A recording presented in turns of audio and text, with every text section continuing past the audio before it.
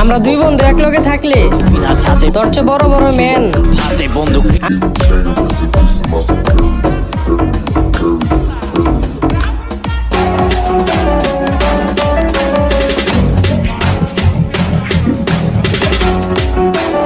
বাংলাদেশের সার্ভারে প্রত্যেকটা ফ্রি ফায়ার লাভারের উদ্দেশ্যে বলতেছি, বর্তমানে মন্দির রুমে যে